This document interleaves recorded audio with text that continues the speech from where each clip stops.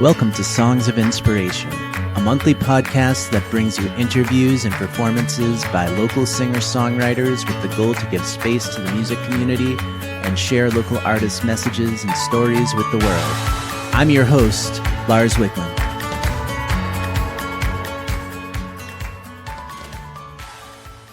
Welcome back, everyone. Today we have Sarah Fard, known for her project Faire, with us. I first heard Sarah perform earlier this year at a show with Windorn and the White Lights at the Burn. I was really intrigued by her songs and the unique blend of sounds from the 60s, the 90s, and classical elements of jazz, along with some Middle Eastern scales mixed in from her Persian roots. Her guitar playing really shined through during the set with tasteful solos that were dynamic and really fit the songs well. Combine that with her syrupy vocals and thought-provoking lyrics, it really makes for a powerful sound. And in addition to being an amazing guitarist and singer, Sarah has also spent 15 years teaching in public schools and recently holds a position at Bard's Longy School of Music. She takes great pride in her vision to help build a more equitable future by mentoring and working with students of all ages and abilities, and I'm really pumped to have her joining us today. So without further ado, let's dive into the interview. Hey everyone, I'm here in the studio today with Sarah Fard. Thanks for joining me today, Sarah. Thank you. Happy to be here. I gave a brief introduction with some highlights of your career, but I'd love to hear more about how you got started with music. How far back should I go? When I was in elementary school, I took piano lessons. It was the 90s, so there were a lot of female singer-songwriters coming to the forefront, and that made me want to learn guitar. But in my family, you could only do one thing, like one lesson was allowed. So I stopped taking piano lessons. And then at the end of 6th grade, I got a guitar and I got some guitar lessons there. And then into high school, because I'd been doing guitar and I kind of already figured in middle school, I come from a family of teachers that I wanted to be a music teacher.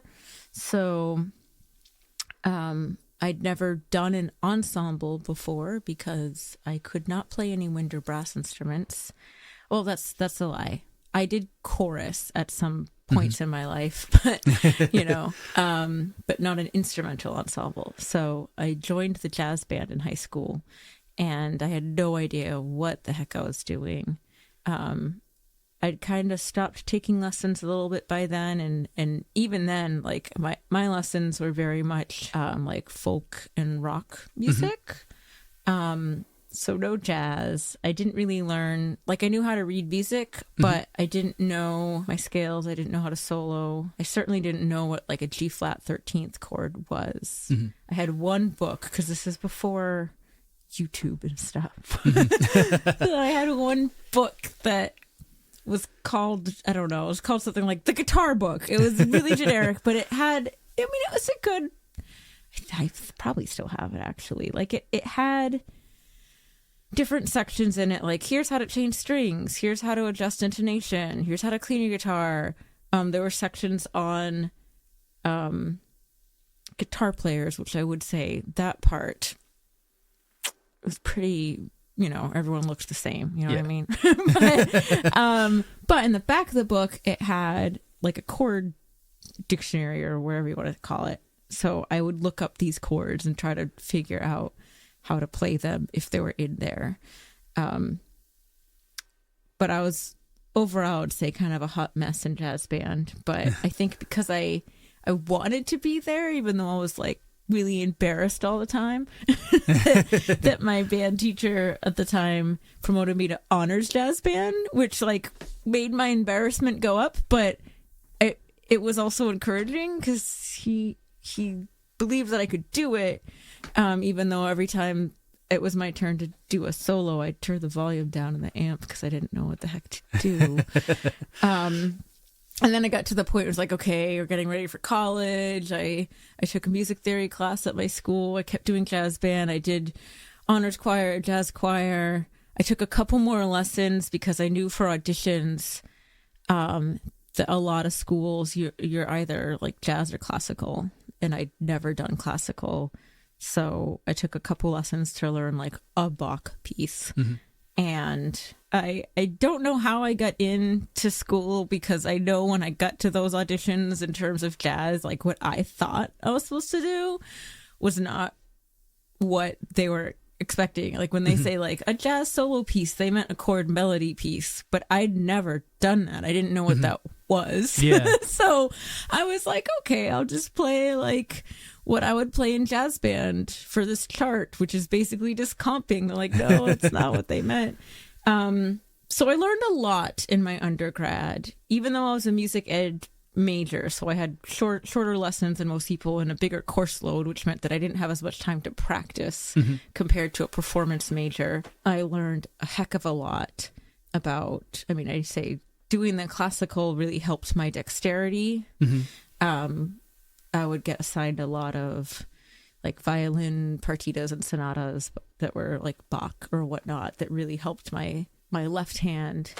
Did a lot of bossa nova, which definitely influenced my style. Very cool. So yeah, I learned a lot. I started playing out at that point because I played in a band in high school, like outside a jazz band, but I didn't sing. I played guitar, as your typical like high school rock band. And, I wrote some of the songs. I always liked writing poetry, and, all four of us were into poetry, and, it wasn't anything amazing that we were writing, but we were in high school. But I was always inspired by songwriters. So, I wanted to start getting out there, but I didn't want to do any of my own stuff because I didn't have any self-confidence there. It was very scary. I didn't know what to write about at the time. So I was learning all these jazz songs, and I was always more drawn to the jazz singers and the jazz rather than the jazz guitar players.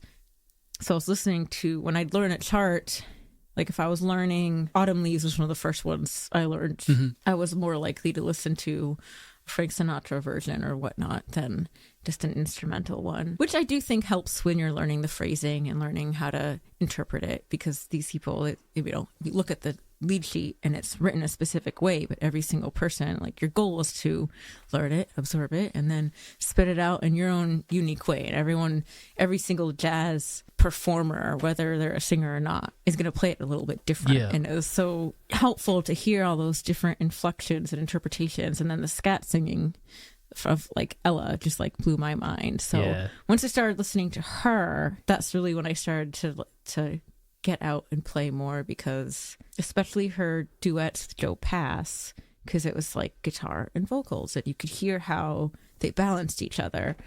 And so I'd go to open mics around town, around the campus, and everyone else would be doing like folk, rock, and then I'd get up there and be like, I'm gonna play Do Nothing Till You Hear From Me by Duke Ellington, and then I'm gonna play Day in the Life of the Fool, and but that's what got me out there. Playing, and I booked a couple gigs at like the cafes on campus and stuff. They were small things, but they're what helped me start performing on my own rather than kind of hiding in the back of a big band hoping I was playing the right thing. and kind of find my own singing voice too, which is something that was really hard for me because I, like I said, my senior year in high school, I did choir, and that was something you're supposed to have, like you're supposed to do regular choir to get into the other ones. But my chorus teacher at the time was very encouraging. She was like, well, if you audition, you get in, like, I'll let you do jazz choir, because that's really what I wanted to do. But there were all these like prerequisites. So she was really encouraging, and that's another part of my life where I kind of fell in love with the jazz singing and the scat singing. And she gave me like a solo at one of the concerts. And I'm always so self-conscious of my singing because I don't have any formal training there. So being able to have those moments with the jazz standards just like helped me kind of figure out how to be a singer, I think. Even though I'm still really self-conscious about it, like always. I'm always like, there must be someone out here in the audience that actually knows how to sing. And they're going to figure me out or something, you know? That's really cool. It's really cool that you had all of those different culminations of things kind of come into how you kind of started off as an artist and kind of influenced your songwriting and stuff. I know, like, I played in jazz band as well back in school, and I played bass, and I was also sort of figuring it out as I went, because I played in like rock bands. Same, and figuring out how to do a walking bass line was always was interesting when I was like 16 years old. Well, I think what I didn't realize is that everyone else was kind of figuring it out too, unless they were getting private lessons. Like, I will say that for most of my years in high school, there was another guitar player in the band, and he was really good. So but in a way, like, I kind of got to hide behind that. I was like, oh, well, he'll do it. So if I don't know it, it's okay. But once he graduated, I was like, oh, it's all me. Like, I should have been paying more attention or believing more that I need to, learn and try to understand. But I think some of that was like almost like a self-fulfilling prophecy type of thing. Prophecy. No, that's too heavy. But I think that there are, I see a lot of studies about this, about young girls in jazz band, but I think it can happen to everyone too. Like it definitely happens a lot to girls, but I think that because being in teacher education, like being someone that works with training teachers, I think that historically jazz has always been an afterthought. So you have people that are trained in how to do marching bands or concert bands, and then they're asked to do jazz band. And this is not a reflection on the teachers that I had, because they were great, but teaching a lot of those concepts kind of gets like washed over. Yeah. And it's just like, well, you must know how to do this then. And the reality, like I said, was like, no one really did. Yeah. But you get, like as a young girl, I'm like, well, everyone's going to think I'm bad because I don't know how to do this, because they expect me to be bad just because of who I am. But then I was bad at it, and then I just was too nervous to, so I just, it just was like a vicious cycle. And I think that if I just realized that a lot of people were in the same boat and we were all trying to figure it out, I would have taken more risks and explored more. Definitely. Shoulda, woulda, coulda, right? So... yes, the jazz band rhythm section. We have that in common. When did you know you wanted to pursue music and teaching full time? At a pretty early age. Sometimes I look back on that and I wonder if I ever really let myself entertain other options. I always have that wonder, like, what would it be like if music was not like a part of my career? Or what would it be like if I wasn't a music teacher? In a way, that's something that I've really thought about a lot lately as I try to allow myself to have more time and respect for making music as well as facilitating other people's music.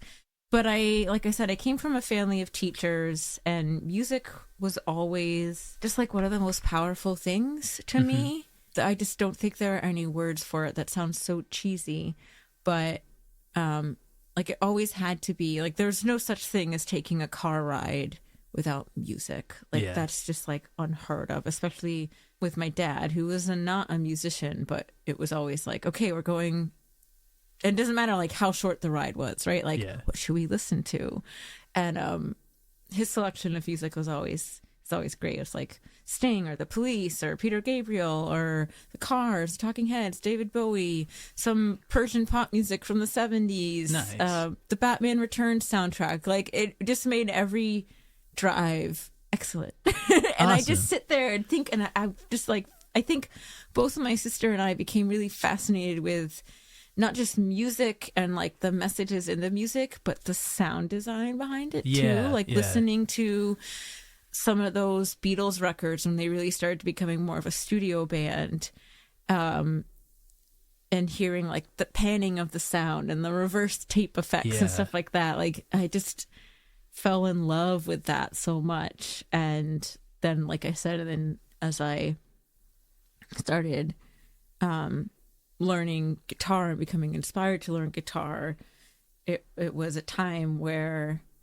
this 90s girl power thing again. But seeing artists kind of their their image being like something that stood for something, which I think, you know, like I said, like my dad listened to the Beatles and the Police, and like there are a lot of songs from those artists, David Bowie, Peter Gabriel, that aren't just like fluffy songs, right? Like those exist too, but then there are also like heavy songs about heavy things, and I think that was always a driving force for me, seeing that people could stand for something with music. There are just so many aspects of that, of any art form, really.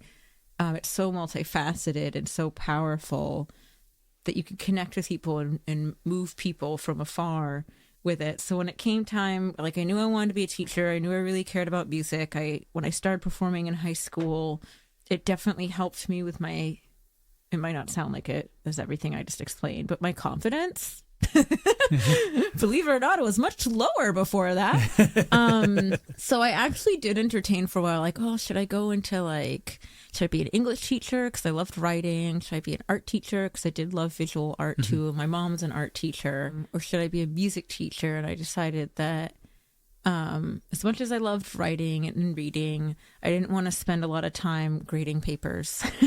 And I also saw, you know, my mom was a visual art teacher, and it is very hard to assess art, I feel. And as an educator, that is something I think that all arts educators grapple with, because we're evaluated on how we evaluate our kids. And can you really evaluate something so black and white that's artistic? Well, it's also important to have some sort of measure so the kids know what you're looking for, right? But I would just see her come home with just large folders of like what looked like a million pieces of artwork she had to assess, and I'm like,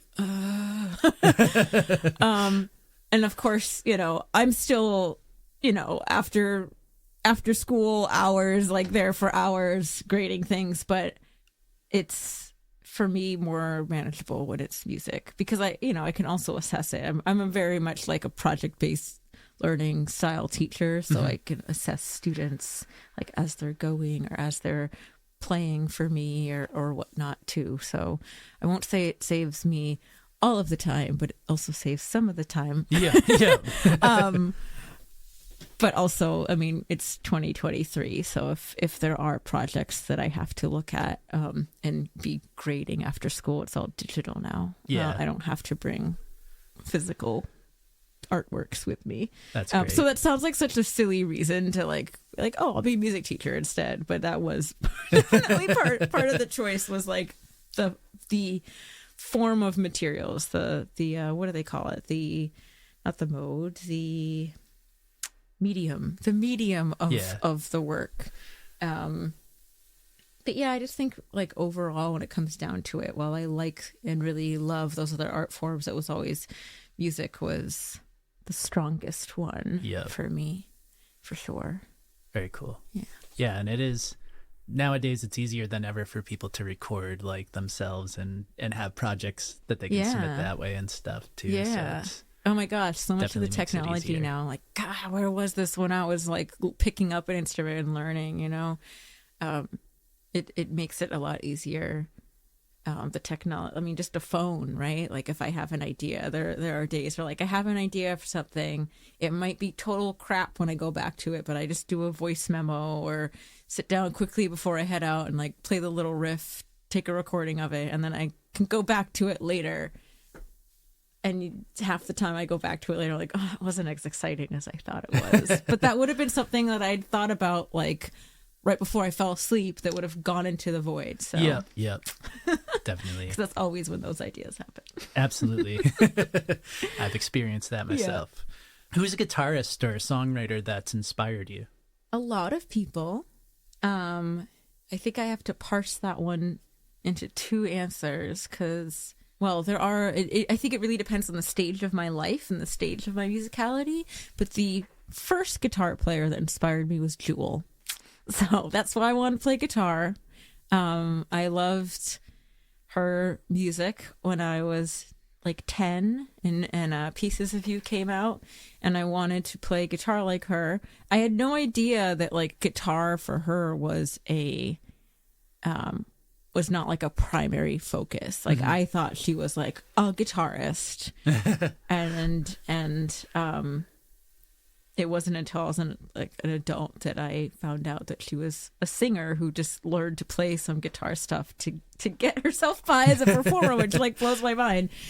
But what's interesting about that is because of that, and I think a lot of the artists that I do tend to gravitate to aren't formally trained, right? So because of that, she developed a really interesting way of playing, of fingerstyle playing and open tunings, which I didn't know at the time. So I'd be like trying to learn some of the songs. I'm like, why don't they sound right? Yeah. But like her mainstream pop hits are in standard tuning. But that's a huge reason of why I wanted to play guitar. And even though her mainstream pop hits were like love songs, I remember getting the tape cassette. Those tape cassettes back in the day, and I'm all excited because I went to Strawberries in the mall and I found it, and I put it in the car. And the first, how familiar are you with this album? Have you somewhat familiar? Okay. Yeah. The first song, the title track, has some vulgar language in it, which I didn't know because I was like 10. But it sounds offensive. But the point of the song is about how people like others, and based on their sexuality, like sexual orientation or religion or race or whatnot. And my mom was like, "What did you buy?" She's like turning it off. But I'm intrigued, like as a young person, how sharp those words are. Like, what is the song about? Like, it's not just you were meant for me and I was meant for you, which I guess I got a sense of from Who Will Save Your Soul, because it sounds like a bunch of like lyrical mumbo jumbo, but like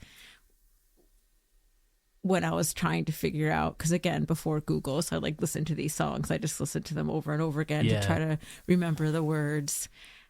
Lyrics were always something that I could remember fairly easily. Can't tell you what I did 2 days ago, but I could tell you like I could sing along to a Michael Bolton song that I haven't heard in 20 years. So yeah, the lyricism started to like inspire me as a songwriter. Again, like going back to a lot of these rock bands I heard my parents listen to, where they had their love songs, but they also had songs about other things. But a songwriter that really inspired me was Fiona Apple. And I'd say that she's probably like one of my favorite musicians ever.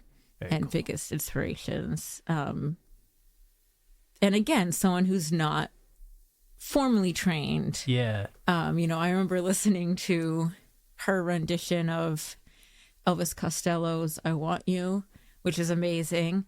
But I was listening to it once with a very classically trained singer, because we were driving in my car, and she was like, "Oh, her breath support sounds so bad," and I'm like, "What?" Which also made me like, again, like I'm self-conscious, like, oh my gosh, these like formally trained people, what do they think when they hear someone like me sing? If they think that sounds bad, like to me, Fiona Apple's singing is like one of the best. Yeah. But it's because it's not classically trained. And it's because there's so much emotion behind it, and it's just there, it's just coming out. It's very emotive. It's her lyrics, like her way with words, just kind of write the rhythms almost. And her piano playing and her harmonization and chord sequences, like they don't always make sense, but that's what makes it so cool. You know, that when I put together a little over a year ago a tribute show for When the Pawn, like I knew the songs really well because I've listened to them a million times, but I had to write up the chord charts for the other musicians, and it's hard for me to see from an outsider's point of view because they're so familiar to me that they're like, what? These songs are really hard to learn, Sarah. I'm like, really? That's my bias because I didn't think of that. But they are, because they're not conventional. Like they're just like these funky voicings and stuff. But I think that's what makes some of the best musicians, because they're not worried about the rules. Yeah. Yep. Ella Fitzgerald wanted to be a dancer. She ended up being this incredible singer. But I just feel like you can't hold a candle to her, no matter how classically trained or whatnot you are. She just had it. She just figured it out. Yeah. And of course, I'm saying this as a music teacher who, like, my career is built off of teaching people how to do music. But I think there's something to be said about letting people find their way and how they want to do it. Definitely. Yeah, I think there's a lot, like, of learning, like, the techniques and stuff that can be helpful, and then figuring out what works for you. And like, absolutely, I've learned that myself, like songwriting and stuff. Like, I think for a while I was really obsessed with theory and like figuring out the right chord progressions to put together to make a song, and then after a while it was like putting together the chords that I thought worked and stuff. Yeah. Letting stuff just kind of come out. It could be a helpful tool, but we also know what we like to hear, right? Yeah, absolutely.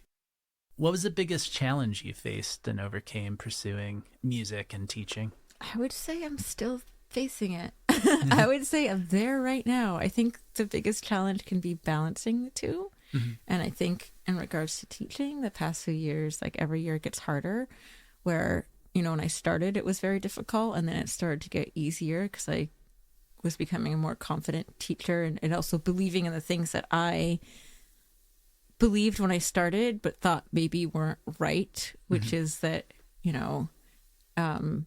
we should be teaching more popular music in music ed, and we should be making things more accessible to all styles of playing and learning. But with that said, even with my experience and training, these past 2 years have been very difficult because of COVID, and then it's just like it stayed that way. But in regards to playing music, I think that right now I feel like I'm at a challenging point. Yeah. Because when I was starting out, I wasn't doing my own stuff. I was just playing out. And then when I started writing my own stuff, like, it took me a while to figure out what I wanted to be. For a while, it was, I'm Sarah Fard and I play jazz songs. And then once in a while, I might play an original just to see how it goes. Which I didn't do until I went to the Lizard Lounge open mic when Tom Bianchi was hosting it. Oh, cool. And, I don't know if you've ever been, but you get to keep the door money if it's like a contest of the open mic too. Mm-hmm. So you keep the door money if you win. Mm-hmm. And Tom, one day, because I'd been going for a while, he said, you can't win if you don't play any original music. So you should try playing an original song one of these days, which felt very daunting. But then one night I did, and I won the door money. So that was very validating. Cool. And then it happened a couple more times, not like back to back, that wouldn't be fair, but every time there's like a different judge. So like that kind of, helped me see that, well, maybe I'm not horrible at this. Even though that voice is, I think that's part of being a musician, right? That voice is always there. But then I started playing with other people once in a while, and it was like, okay, do we still call this just Sarah Fard, or we do call it something else? So then it was like the Sarah Fard Trio, the Sarah Fard Quartet. I'm like, well, I don't like that, and like, I don't really feel like my name had a ring to it in that sense. Plus, there's another musician. I think it is a Persian musician, which would make sense based on my name, who's also named Sarah Fard, who's very popular. And there were a couple times where people would go to sarahfardmusic.com and they would find her instead, or they'd Google Sarah Fard music and somehow find me instead. I don't know how. And they'd be like messaging me about this other woman's music. It's like, okay, I need to like go by a different name. Yeah. Plus like having two kind of similar but different career paths. I wanted to separate the Sarah Fard teacher from Sarah Fard performer. Yeah. So that's where Savoir Faire came up, because it like had the same initials and it was a cool term that felt kind of akin to the vibe I was going for. Mm-hmm. But I think about that took a while, and I still feel like there's murkiness around that, because I do play with some really awesome musicians. Sometimes I play with just myself, sometimes just me and bass. But it's always like, I guess I am the constant, but I think that I held off on so long for making myself the focal point because that felt too egotistical, you know. Like you see like Dave Matthews Band, I'm like, what about all the other musicians there? So I didn't like doing that, but I think now that's caused confusion, because for so many years I would do that, and now I still get referred to as a band. I'm like, oh, well, it's just me, you know, like, yeah. But that's not to like downplay what the other musicians add in any way, but it's not like a packaged band, you know? So I feel like it took me a long time to get to where I am now, even though I've been playing a while, but I you know, I'm working on like my first studio album because I was always trying to cut corners, because I didn't want to spend too much time or money on it, because that would take away from my full-time career and blah blah blah, and I shouldn't was irresponsible or whatnot. I didn't want to ask people for money because that was not great, you know. So I was like always waffling back and forth on sort of like feeling bad about caring about it. And so once I did, now that I finally am trying to get myself there, I think that, you know, people always say like, oh, it's so great now that like anyone can put their music out there. That's true, but anyone can put their music out there. So there's just a saturation of music out there, and how do you get heard? Yeah. I think that is, it can feel very soul crushing. And I know, because I've talked to a lot of musicians where we're all in this phase of, you know, we play shows and people come up to us and they tell us how great it was, and then your streams don't reflect that. And it's all about the streams, and it's all about the stats, and you're making this art and you're putting it out there and you're bearing your soul, and it just goes into a black hole. And that's really hard, and trying to figure out when is or isn't a good time to release music, or how do you do it, or what's your strategy. And so much of it is just luck, and so much of it is how much money you have, and all these things. I mean, there is I was talking with someone recently about having the luxury to fail, right? If you have a good cushion, you can keep failing again and again, but that takes time, that takes money, and takes resources, and not everyone has that. So it can be very soul crushing. So I'd say like now I feel like I'm in, now I might look back on this and laugh, but right now feels like one of the harder parts, because it's it's like a double-edged sword. You know, anyone has access to it. You don't need a record label, but how do you guarantee it's even going anywhere? How do you find your audience? I mean, there are ways to do that, but that audience has so many options available to them. So it's like, why would they listen to me? I guess it's my job to pitch that, but haven't figured out the best way yet. Still working on that, and that's hard. So yeah, I think it is really hard to know, like, figure out how to get your audience, and that's like definitely a challenge for all artists. I think everybody struggles with. And it's too, like, knowing that, like, I came from this jazz background. My music was always kind of retro, right? Like retro, like jazz with rock. And I think that was also a hard thing, is like people called it jazz, but then I'm not jazz, and they call it rock, but then it's like, oh, you're too jazzy for rock. And I'm like, okay. Labels are hard to shake, but then there are artists that have done well with with that. And it's like, that's both encouraging, but also like, okay, so it worked for them, but like, what am I doing differently? Right. Like, obviously each artist is different, but like seeking a Spotify, you know, playlist pitching, like I get responses all the time. They're like, oh, it was great, but like it was too jazzy for me, or oh, it wasn't jazzy enough, or it was too rock, or it's not enough rock. I'm like, oh my gosh. I don't know where I am. I'm just kind of like in this floating no man's land. It seems like maybe there isn't an audience for this, but there are other artists that are towing that line successfully, and I don't know.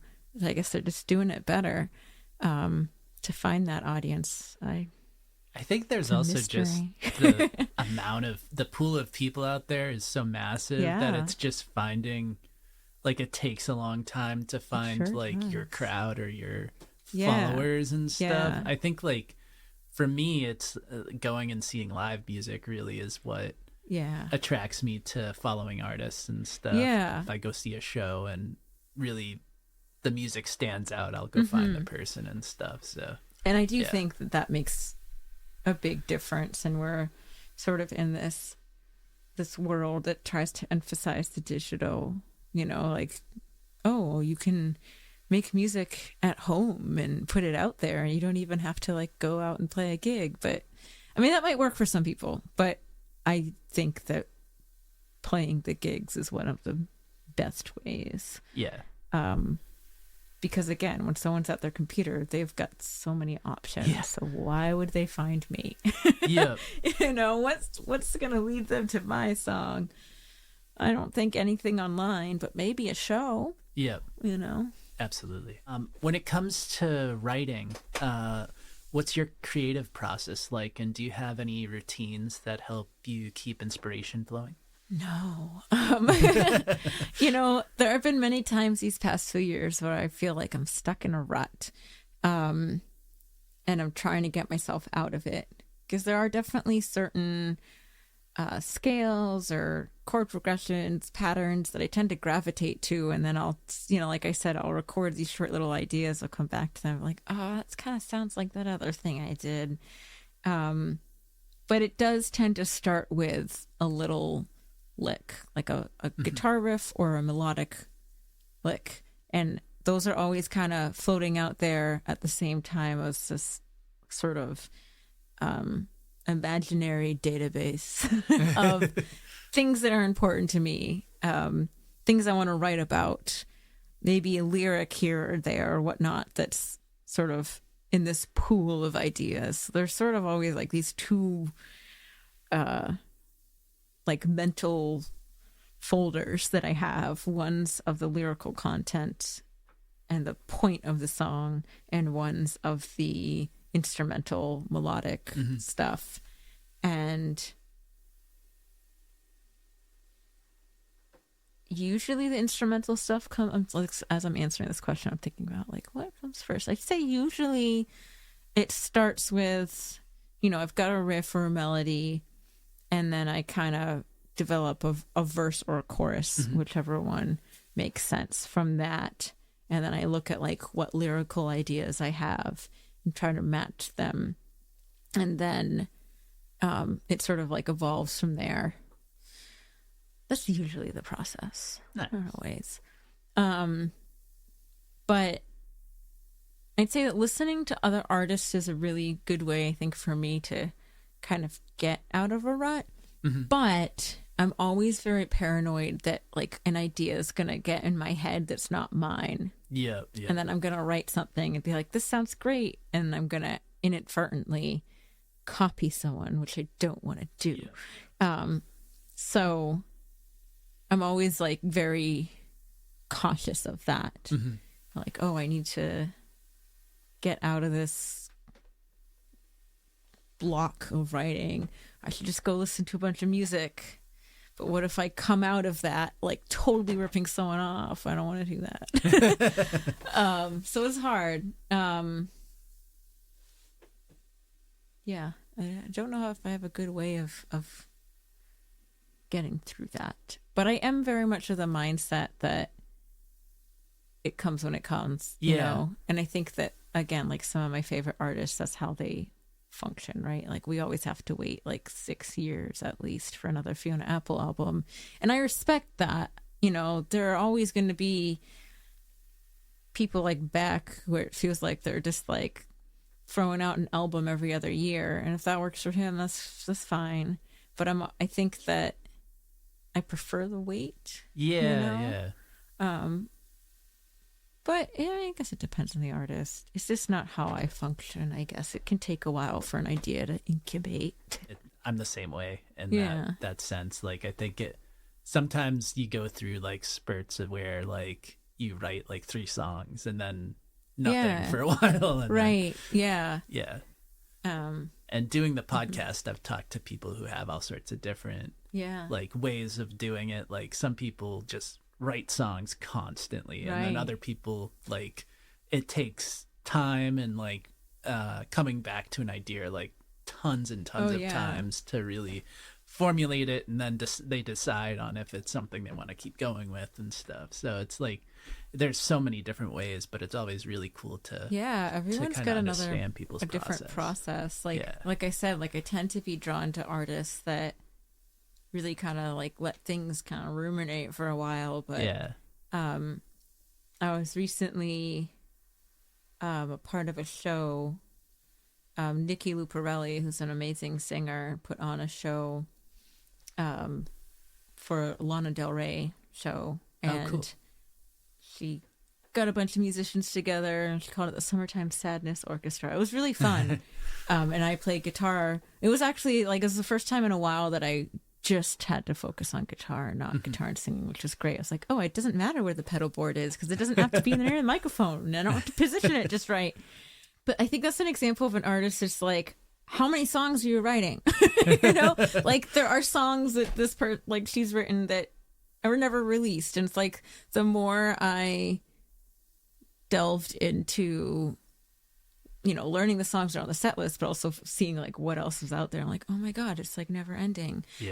That's just not how I work. But I think that's an example of an artist where like it does work. And like her fans love finding these songs. Or like, I don't know if they're not released, how do they get out there? I don't know. But like just like endless like YouTube videos of these songs that like aren't on an album, but they're out there, and like, wow. Yeah. That's a lot of songwriting. Definitely. And it's also interesting too, like to your point of like songs that take a while, like you can see that there are songs that she started that then never finished, and then came back to almost a decade later and like tweaked it. And there's definitely songs that I've written, and I, at the time when I started writing, I was like, this is going to be great. And then I kind of fall out of love with it. Yeah. But I never completely throw them away. They're just like these ideas that maybe someday I'll come back to. Yeah. And I think that's really cool when artists do that. I know Radiohead does that a lot too. And then, you know, well, with a band like Radiohead, that you usually get like these snippets, right? And then you're like, wow, like, oh shoot, what's the song called? True Love Waits. Like now there are like a couple different versions of it. Yeah. It's like, which version do you like? What does that say about you? But it's cool to see that with artists. So, and then it's also like, as a songwriter, I think it's nice to see that, because it's like, oh, okay, like no one's ever really done, you know, these ideas. Like they don't have to be done by a set amount of time. Definitely. You come back to them. Yeah, absolutely. Yeah, sometimes you start something and like I've come back to things that I've tabled and been like, oh, I know how to take this the next, like, to the chorus now. Like I have a chorus for this now. Yeah. Like, and it's nice too, because like when that happens, I think, oh, okay, like I wouldn't have wanted to finish this song at the time that I wrote it. Like I don't think I had the perspective yet. I'm in a better place to finish it now. Yeah. Also, what does it say about me when you said take it to the chorus now, that I immediately thought of Justin Timberlake? Take it to the chorus now. What is that song? Sexy Back or something? Sorry. No worries. This is how my brain works. So you've taught for a long time. Can you tell us a little bit about some of the different teaching roles you've had and how you started out? I know you've taught in both public and in colleges and stuff. Yeah. So my first teaching job was very overwhelming, like most first-year teachers are, which is something that I think when I started on my teaching journey, I got laid off after my first job and spent a few years working in a public school as a paraprofessional for students who are receiving special education services. And then after school, I would be doing private lessons or like after school clubs. One year I was like a beginning band teacher at a private school, but it was after school. So I spent a couple years doing that, and it was very informative to me and kind of set me on this path of focusing on accessible music education and putting my experience in special ed and music ed together and helping other teachers do that for what started as wanting to help other teachers do that for the sake of the students, right? Like they weren't always getting access to music ed because we weren't getting the best training on how to do that. And it's very hard to meet everyone's needs when you have large classes and don't have the resources you need. So the more I did that, the more I kind of started to flip. Not that I don't care about the students, but I started to see that like, oh, we can't do that without helping the teachers first. So my passion has shifted a bit from accessible music ed for the students to accessible music ed for the teachers so that the students can have it. Yeah. Which is why I'm really happy that I get to work with Longy School of Music of Bard College, and I also work with the Berklee Institute for Accessible Arts Education, as a consultant for their Saturday lessons program. Very cool. And I love that the teachers I work with, both pre-service and actively teaching, are all, amazing. And I learned from them too. But as I said, the first year teaching is always the hardest. And often those first year teachers are, like myself, are in the jobs that nobody wants. Right? Yeah, That's why they're vacant, because they're very difficult and under resourced or whatnot. And that leads to a lot of people not continuing.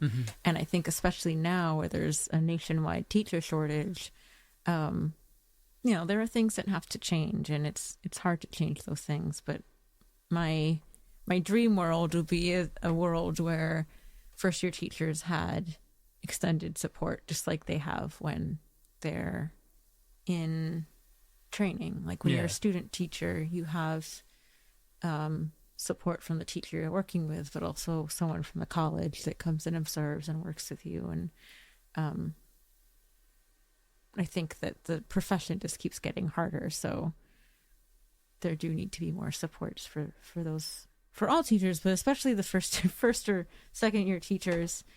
But what's been really cool to see is that when I started teaching, I was coming from a background as a guitar player where there are a lot of ways to read music for guitar. There are a lot of ways to play guitar, to learn guitar, a lot of styles of music involved. And I was putting myself into this funnel of, okay, I don't have experience in like quote unquote proper music education, or, I never did concert band or blah, blah, blah. I don't know brass and woodwinds. You go through a teacher training program, you learn all of that. But it was all very, and like I learned a lot of great stuff in my undergrad, but I think that the traditional approach to music ed is all very Eurocentric and Western and very, like, there's always these different theories, every couple of years they get revamped with a different name and, theory. But the central idea is often everyone learns differently, which, if you're learning that during your teacher training, then yikes. We should all realize that beforehand. Yeah. But with that said, even though that's always a big idea in educational theory, there are a lot of things in music that are presented as if these are the right way to do things, and these are the wrong way to do things. Like, you read staff notation. Like, that's been a big thing for me. And I make some friends with this, and I make some not so friends with this, because I don't believe it's something that we all have to have. And staff notation is something we all learn because of European, white people that decided that was the way. But it's not the only way to read music, and it's not the only way to learn music. And so I was trying to like beat out of myself what like the processes that I had as a musician and as a private lesson teacher when I started teaching. And I think that was only making it harder for myself, because my first teaching job, like why the kids had to take the class. They didn't sign up for it. It was a huge class. There were a lot of high support students. It's like, why did they care what I had to say? Would it still have been hard if I had changed my approach? Sure. But I think I would have gotten more buy-in if I didn't go in, because there was no curriculum, thinking like, okay, well, I guess I should teach music theory and music history and just like follow the textbooks that I have, which is absolutely dreadfully boring. And why should anyone care about it? But, that's what I thought I should have been doing. And instead, I wish I'd just focused on the music that they were listening to and helping them understand that more. And I always felt kind of on the outside for wanting to do that, and felt like it wasn't what I should have been doing. And then as I've continued in my path of not just accessible education for students with disabilities, but accessible education in music for all types of students and communities that are often left out of music ed because of the traditional approaches.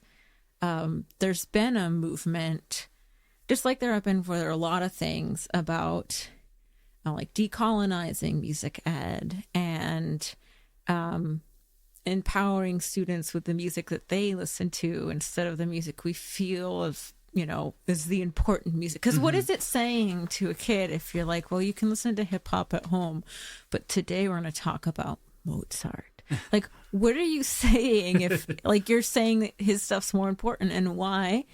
So it's been really great to see that turn since I started teaching, and to be able to be a part of that and helping other teachers take that turn. And I'm hopeful that the future of music ed is more inclusive and accessible to everyone.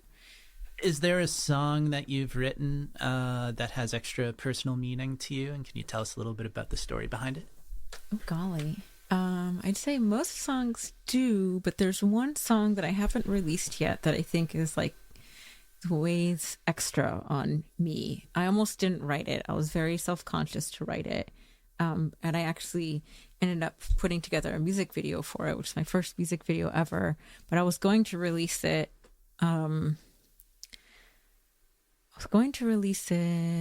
Gosh, what was the date? I think it was June. I was going to release it in June, but things just didn't feel ready, and I felt like I was going to rush it. But the reason I was going to release it in June is because it'd been a year since Roe versus Wade got removed. And I wrote a song last spring, kind of like percolating in my head. But I was so afraid to kind of write it because for me, it's very personal for me to write about. I write a lot of things about like social issues, but not often about my experiences always. And this song was more so about my feelings towards like reproductive rights and how I wanted to live my life. And I always worry that when I talk about that I'm going to like make somebody feel bad. Right? Like, I have friends that are mothers and they are wonderful mothers, and I don't blame them for being mothers. And I have friends that, want to be mothers, but have had a hard time doing that. And I don't at all belittle that experience. But when I started feeling bad about writing this song, I thought, wait a second, but there are tons of songs about that. Yeah. There are tons of songs about being a parent or the heartache of wanting to be a parent and having difficulty with that. And that's okay. So should it be a bad thing to write a song about not wanting to be a parent? Like, I felt very self-conscious and guilty about that. But I wrote the lyrics first, actually, which was not usual.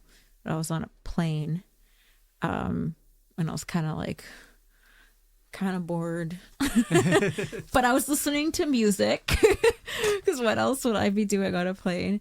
So it was a good time to kind of listen to a couple of different things, get some ideas down, and then I put together a little demo. And it's been really different writing all the songs for this album from how I used to write songs. I used to write songs with the same purpose, but I'd write them and perform them, and then they'd evolve from there, because I'd go to open mics or I'd play like really long sets.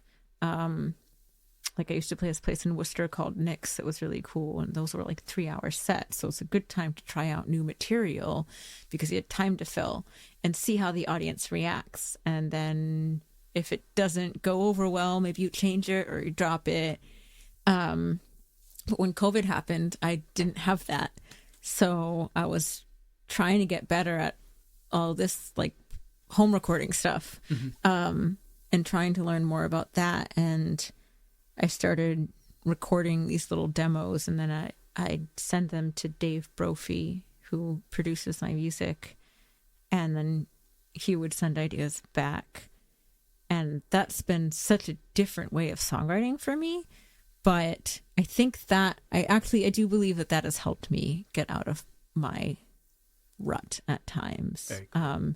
To have another person's perspective on music has been really great, and I think helped me get out of sort of a copy paste type of trap that I could have fallen into. So I sent him the idea, and he rolled with it, and I'm very thankful for that, because I was like, I don't know if this is like too touchy of a subject, because like there are always those people that are going to be like, well, when are you having kids? Or like, how come you don't want to be a mom? I'm like, I never said like, why do you want to be a mom? But I'm always kind of, I shouldn't say made to feel bad about it, because I don't feel bad about it, but I feel bad about potentially, I don't want the intent of the song is not to make someone feel bad if they are. And I'm always like I'm always like, I don't ever want the people in my life who have decided to raise a family to think that I don't respect that, or want to be there for them just because I don't, so I'll always be like over apologetic when I talk about, but it is very personal. And I think that for me, it was important to get that song out there, because I know I can't be the only woman that feels that way.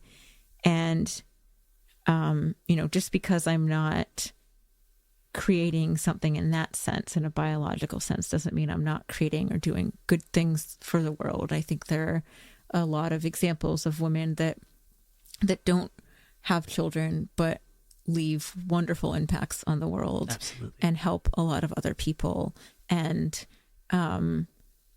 birth other things. Yeah. I'm not like, goodness gracious, I have no idea what it's like to birth a creature, that sounds insensitive, a baby.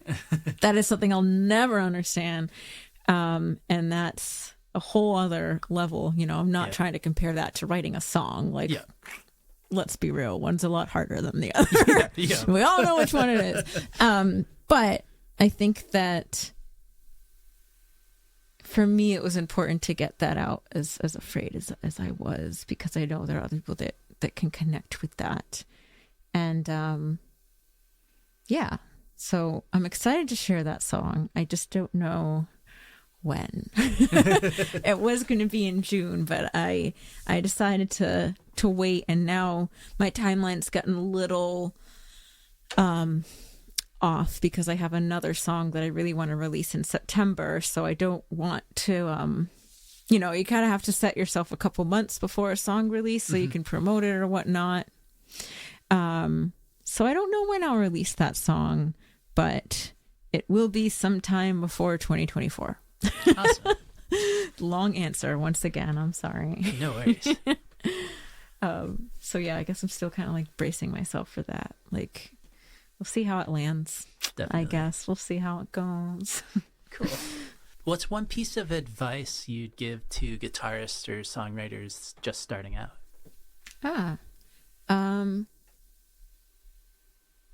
There's no wrong way to do things.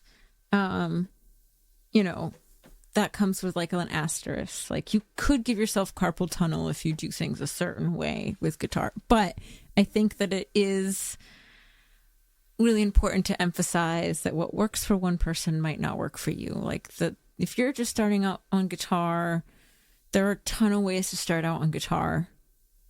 There's the How Leonard Method book. There's taking lessons. There's going online and doing YouTube lessons. Like, I like to start my students on guitar riffs because you can figure out how to play a guitar riff a lot quicker than you can figure out how to play a full piece of music. But once you figure it out, you have something that you can play that's recognizable to yourself and other people. And that's the exciting part about playing music. So I think that you kind of have to find your own path and figure out what works for you. I think that's like the biggest thing. You know, I mentioned that there were a lot of things that I learned late because, I didn't learn how to improvise. I didn't learn my scales or a lot of fretboard theory before getting to college. And what I came to realize while I was learning it, and what my studio teacher in college was really good at figuring out, was what worked best for me, was not how I saw the fretboard. Like, a lot of guitar players, they learn shapes for their scales. And for me, for pentatonic and blues scales, yes, like, I see the shapes, right? These little boxes of dots on the fretboard. But for other scales, it was harder for me to think of it that way. It made more sense for me to just memorize the fretboard and then just learn my key signatures. And, if I'm playing in a certain key, I see the frets as those pitches and which ones I cannot play. And that's just a great example of how different everyone's brain is. So don't go into it thinking that, like, if one thing's not working for you, that means that it's not the right path for you instrumentally or whatnot. It could just be that you need a different approach. And if it's not for you, that's okay too. It's all good. Very awesome advice. Yeah. Cool. Well, thank you so much for taking the time to be on the podcast today. Yeah, it's been really amazing to hear about your musical journey, and thank you for sharing some wisdom with us. If that's what you want to call it. And yeah, I'm excited to hear you perform. So let's dive into the performance. Definitely. Let's do it. Cool. This song's called How Is It Supposed to Feel?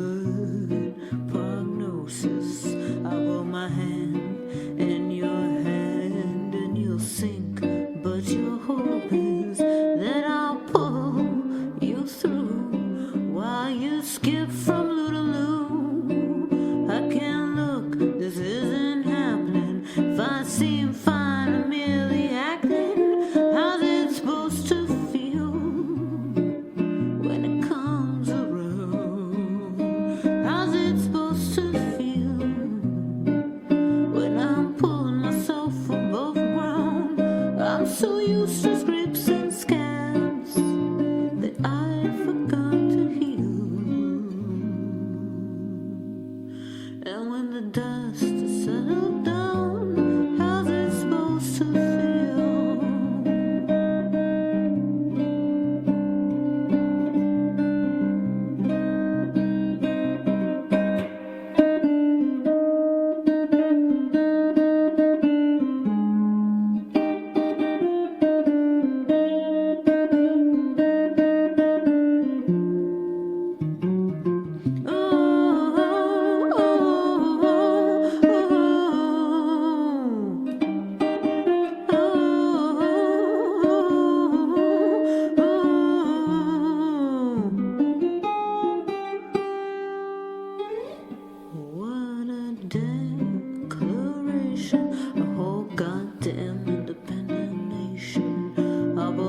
feet in your shoes, but there's no reciprocation. But I must chasse with 2 left feet up on a beret. Can't look, this isn't happening. If I seem fine, I'm merely acting. How's it supposed to feel when it comes around? How's it supposed to feel when I'm pulling myself above ground? I'm so used to scrapes and scabs that I forgot to heal. And when the dust settled down,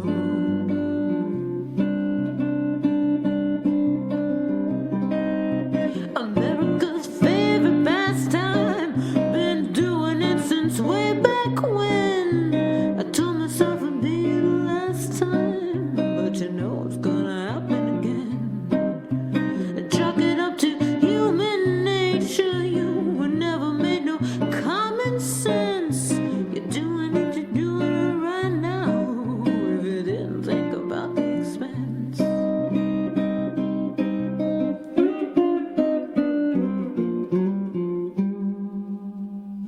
Oh, how's it supposed to feel when it comes around? How's it supposed to feel when I'm dragging myself above ground? I'm so used to scrapes and scabs that I forgot to heal. And when the dust settled down,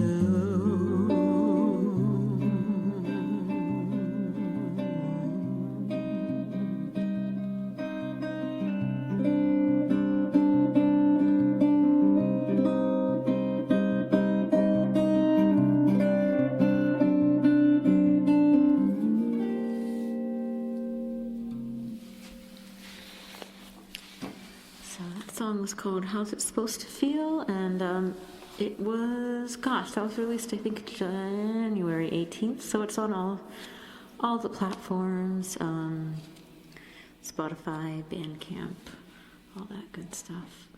And this next song then followed it. It came out April 13th, called Hopeless Nostalgic. Will hopefully be the title track of this album that I'm putting together. It's sort of the overall theme, as I am hopelessly nostalgic.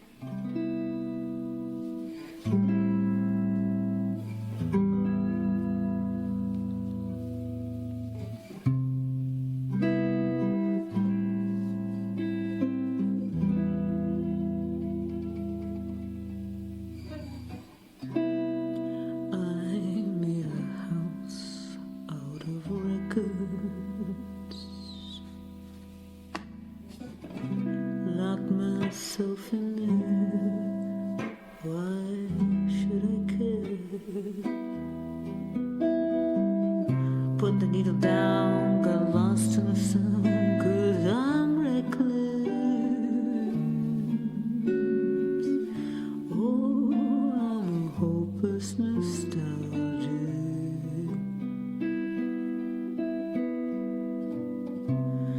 Melancholy, velour and flannel. Let my heart get snagged on lives that I've had. In this heart of mine, there's a loose panel that lets in the hopeless nostalgia. I'm aware that I'm not really there. I just don't know how to matter in these days. It's a bittersweet fanfare, yelling if you dare to the saccharine sanctuary. I will fall. sour and sullen, girls that things fester. Raising girls don't know how to let go. So I'll let my heart be sequestered by a hopeless nostalgia. I'm aware that I'm not really there.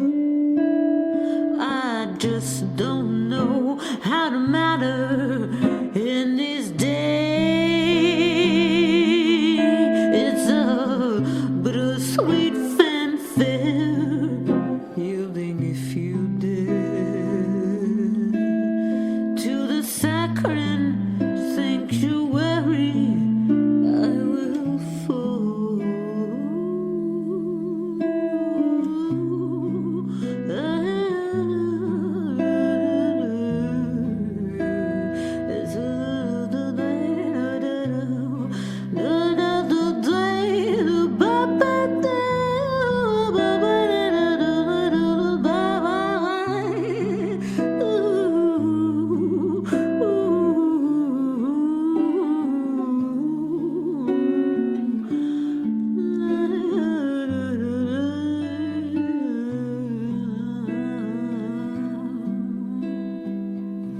Let's accept and take whatever heartache can break. This vessel's not mine, it's just space and time. So I'll wait. I'll leave the pieces down all around town, 'cause I'm reckless. Yes, I guess I'm a hopeless nostalgic. I guess I'm a hopeless nostalgic. I guess I'm a hopeless nostalgic. I guess I'm a hopeless nostalgic. I guess I'm a hopeless nostalgic. I guess I'm a hopeless nostalgic. I guess I'm a hopeless nostalgic. I guess I'm a hopeless nostalgic.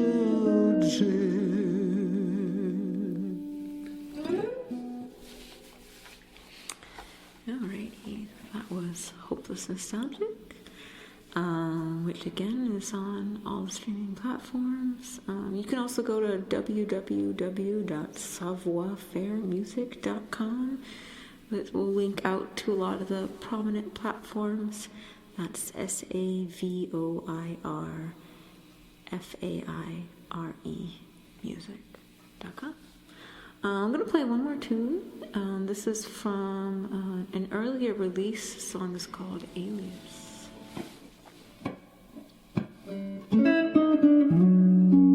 Little bird told me something that you neglected to share. You see, our secrets are stacked in boxes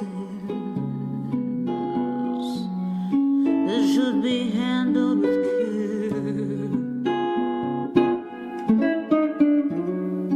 It's not a face you think you're wearing,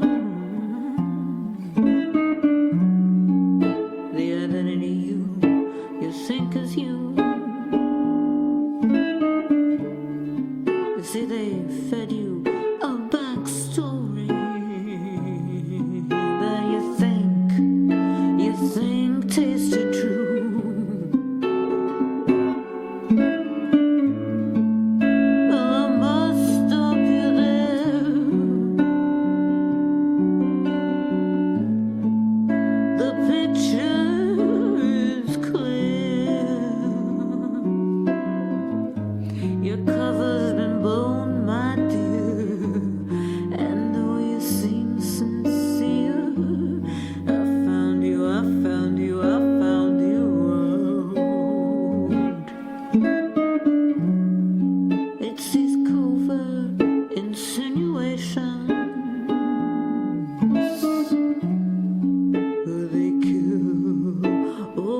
time,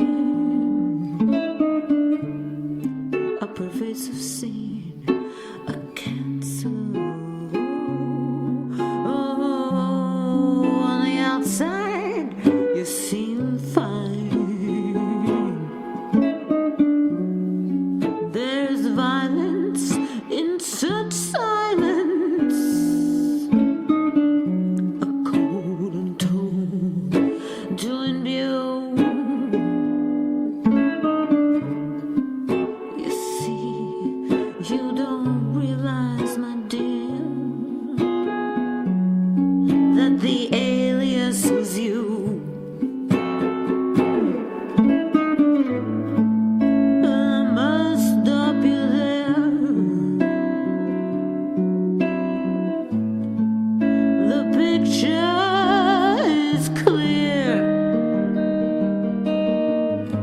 Your cover's been blown, my dear, and though it seems sincere, I found you, I found you, I found you.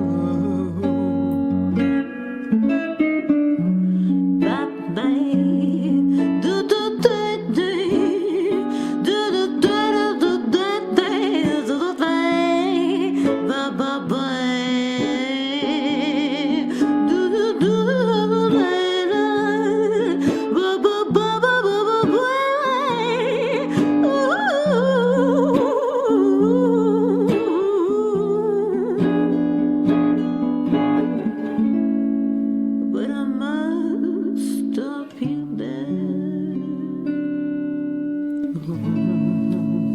The picture is clear. Oh, I must stop you there. The picture is clear. Your cover's been blown, my dear, and though you seem sincere, I found you, I found you, I found you, I found you, I found you, I found you, I found you.